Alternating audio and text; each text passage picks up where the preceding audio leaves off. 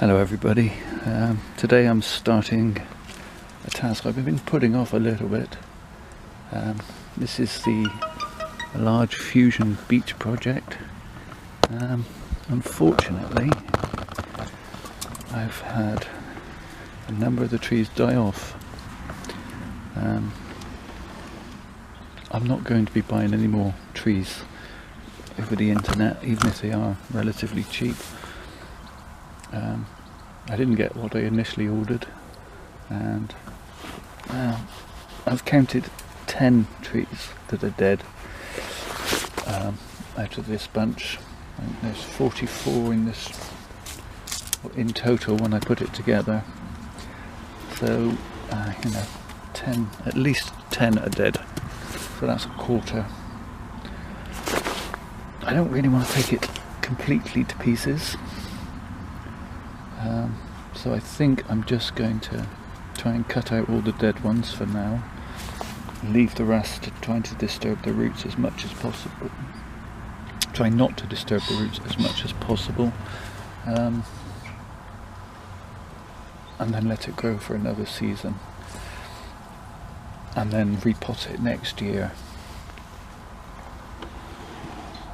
and see where we go with it from there. So I think the only thing I can do is start to work my way around removing some wires until I can get at the dead trees.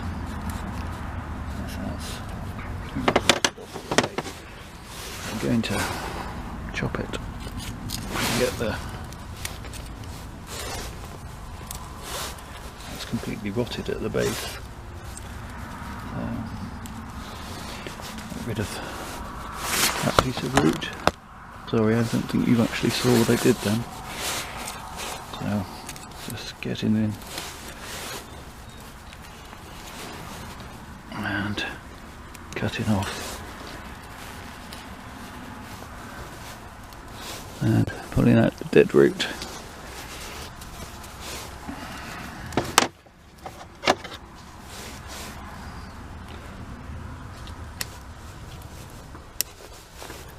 So I'm going to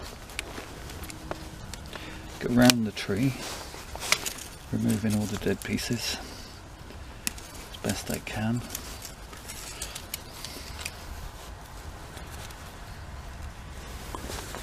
And see what it actually looks like at the end.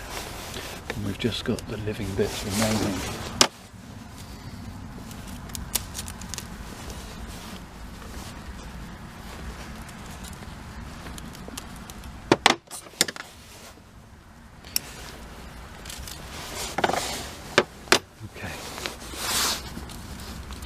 I'm going to turn the camera off now and carry on with this, and we'll come back in a bit and show you what it looks like then.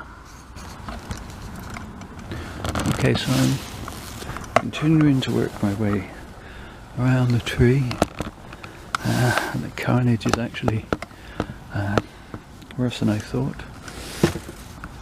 I'm still not going to give up on this project yet. Maybe by the time I finish pulling all these dead pieces out, I'll have given up. There's some still alive at the bottom. They're not all dead. So it's just a question of continuing on, I think, and then seeing where we're at that point, whether I surrender it, recycle these trees into something else, or go for broke and look at it as an even longer term project than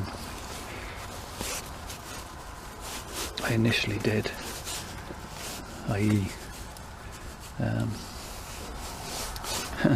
long gap. I have got some seedlings though that I could introduce. That's always a possibility as well. Anyway, I'm going to go back to it. Have you another quick view of the carnage at the top, and and we'll see where we are in a while. Okay, so I've essentially untied all of the trees and removed the dead ones. What I've got left all seem to be alive for the moment. There are a few dead twigs here and there.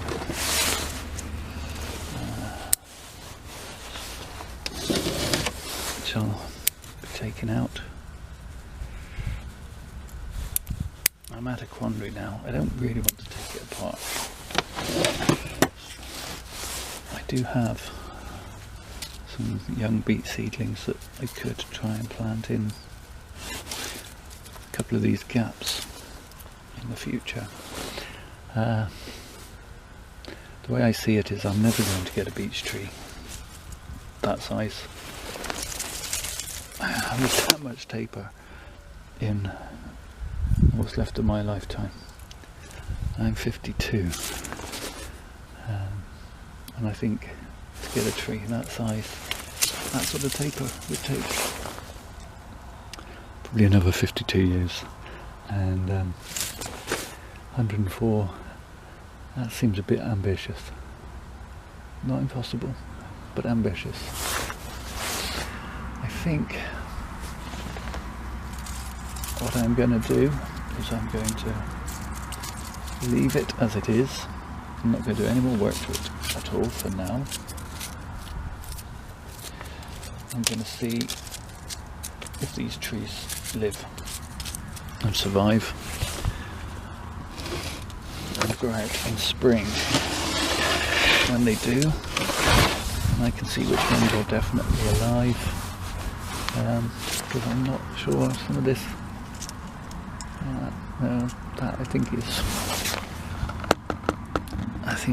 it's died back at the very tips in some instances. So yeah, I'm not giving up, but I'm going to give these trees a bit of a chance to recover. See for certain which ones are alive, and then probably in the midsummer I might do a complete defoliation and tie these trees back in.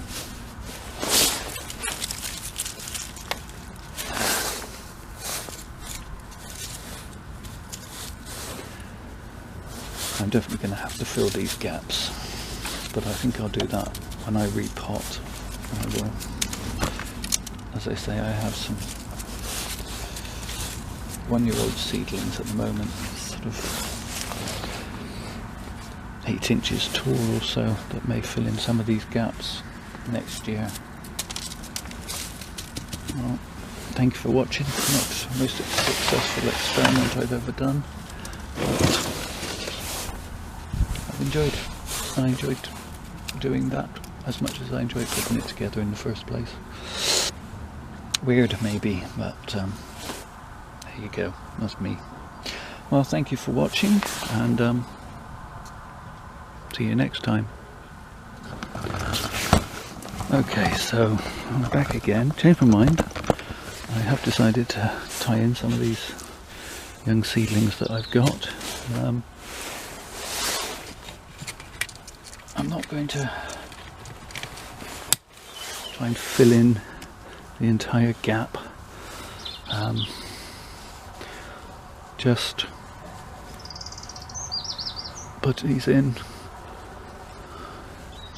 and let them grow to fill in the gap. I see this is definitely going to be a long-term project. Now, I have 10 years, but I've got that left in me, I'm sure. Like I say, I don't think I'm going to make 104,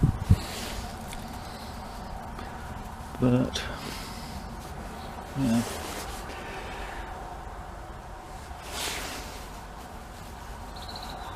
$62, yeah, I think I can do 62.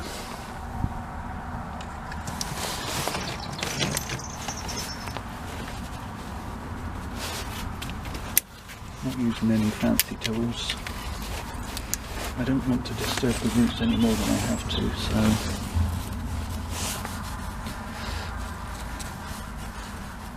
the existing roots, that is.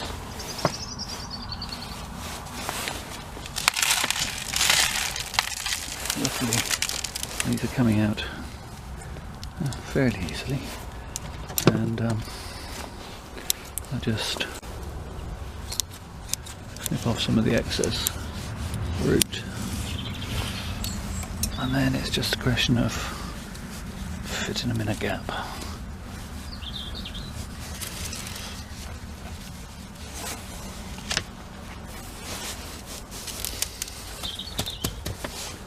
Not very scientific, I'm sure, but hey.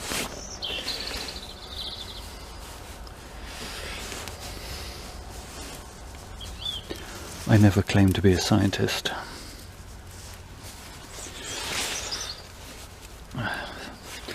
I think that would make a good book title if someone ever wanted to write a book. I don't know, about anything really, just I never said I was a scientist. Don't know, I'd buy it.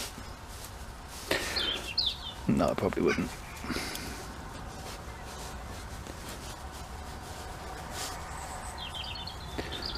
I had forgotten how fiddly this was.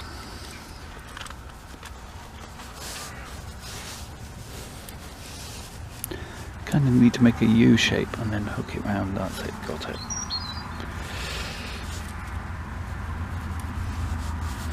And I'm not wiring these tight. This is just to hold it loosely in place until the tree roots down into the soil. And hold it roughly against the wire former. I'm not going to get a lot in without disturbing the roots quite a lot, so ideally I would put another one in there, but I think I will leave it until next year when I repot, and at that point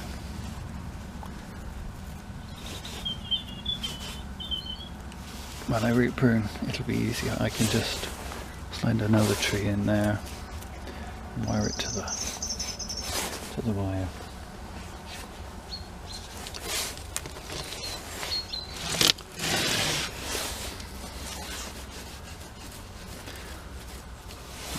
Gap there, so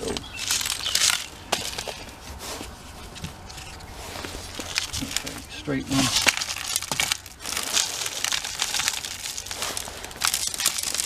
Again, just take away some of the excess root. If I can find the scissors. There they are.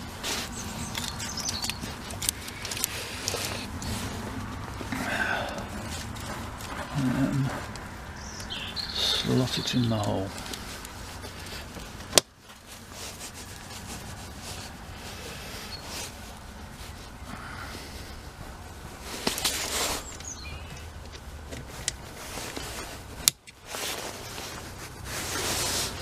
Tie that one in loosely there.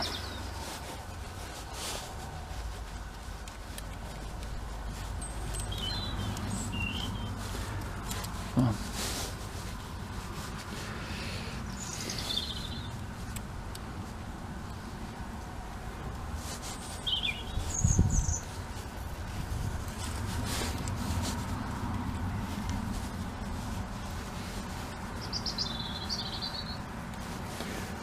There we go. They say these aren't perfect, and they're not tied in perfectly. You'll see neater jobs out there on the net, I know, but you know, it is what it is for now.